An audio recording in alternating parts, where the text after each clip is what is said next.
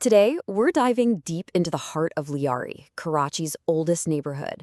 We're going to uncover the story of a relentless, multi-generational war for power. So you've probably seen movies like Gangs of Wasseypur. Well, I want you to forget them, because the story we're about to get into is real. It's a raw, unflinching look at a gang war fueled by betrayals, bombings, and a thirst for revenge that has stretched across decades. You see, for over 70 years, Layari's fate has been carved out by this absolutely merciless struggle for power. And this isn't just about gangs, it's the history of a city, written in blood. It was born from a community that was, for a long time, left behind by the state. So let's start at the very beginning. Our story kicks off way back in the 1950s, with the men who first laid the foundations for Lyari's entire criminal empire. You could call them the original Dons. Okay, so you had three key figures emerge back then. First, there were the Baluch brothers, Shiru and Dadal. They built a whole network based on drugs and fear. Then you had Haji Lalu, who ran his rackets like a family business, with all 7 of his sons. But the most interesting one, the most unique of them all, was a guy named Iqbal, but everyone knew him as Babu Diket. Now, Babu Diket, he completely shattered the mold of your typical gangster. I mean, this guy had a Master of Science degree. He was fluent in multiple languages. He brought this whole new level of sophistication to organized crime, and he even had police protection, allegedly. But his most defining act, the one that changed everything, was the murder of his rival, Dadal Baloch. That single act of violence ignited a blood feud that would last for generations. You see, Dadal Baloch's murder didn't end the violence. Oh no. It created a new monster. His son, Rahman, wouldn't just seek revenge. He would rise to become the most feared and powerful figure in Layari's entire history. This is Sardar Abdul Rahman Baloch, but you can call him Rahman Diket. His life of crime started when he was just 13 years old. Now, to the people of Lyari, he was a kind of Robin Hood figure. But to the police, he was a ruthless killer with a 5 million rupee bounty on his head.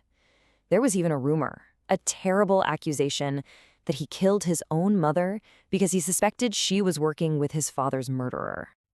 So after his father was killed, Rahman found a very unlikely mentor in his father's old rival, Haji Lalu. He and Haji's son, Arshad Papu, became inseparable. They were like brothers, and this partnership would make them the most dominant force in Karachi's entire underworld. So what could possibly break a bond that strong? Well, what else? Money. Their partnership was completely shattered by a dispute over 10 million rupees. After Haji Lalu had Rahman arrested, Rahman managed to escape and form his own gang, and just like that, his closest ally, Arshad Papu, was now his sworn enemy. The war for Lyari had officially begun. Rahman wasn't just content with a piece of the pie. No, he was aiming for total domination. He wanted to transform Lyari into his own personal kingdom, where his word was the only law that mattered. And the war escalated. It got deeply personal and unbelievably brutal. In this chilling display of cruelty, Arshad Papu actually called Rahman and forced him to listen over the phone as he executed Rahman's uncle.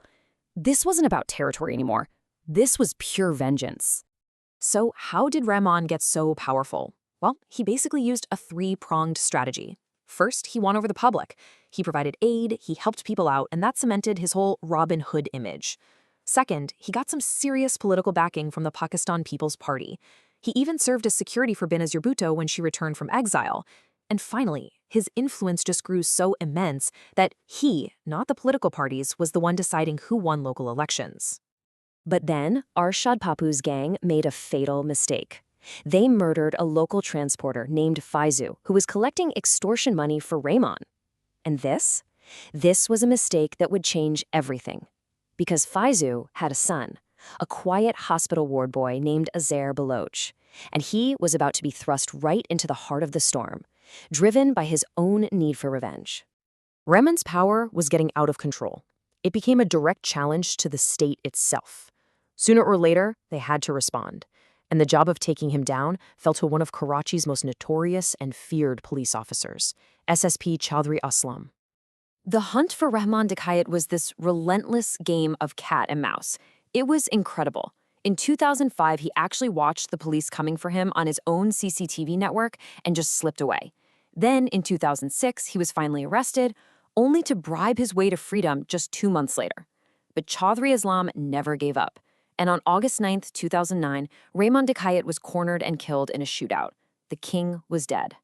Raymond's death left a huge power vacuum at the top, and it was filled by his childhood friend, Uzair Baloch, the very same man who was dragged into this violent world after his own father was murdered. Now hardened by his own quest for revenge, Uzair Baloch took the reins. He moved fast, reorganized the gang, and prepared for a war that would go way beyond his rivals, to anyone who dared to challenge his authority. You know, Uzair was a shrewd operator. He rebranded his gang as the People's Aman Committee. It was a brilliant move that gave him this cover of legitimacy and, with it, powerful political allies.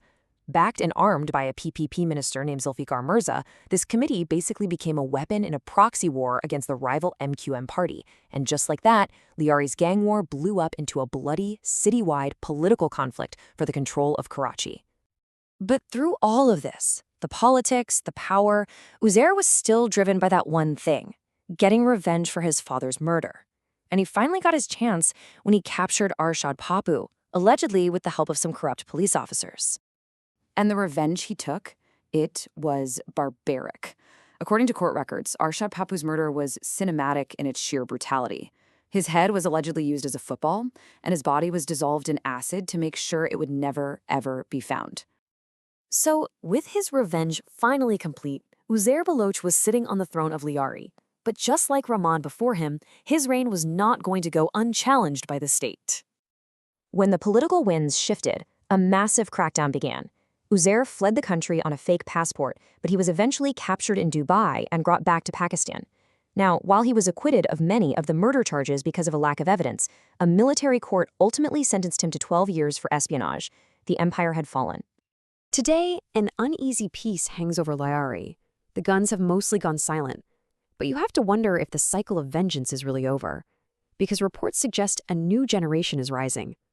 Rahman Dikayat's son has now, reportedly, entered the world of crime. With the old dons gone, dead or in jail, is the war for Lyari truly over?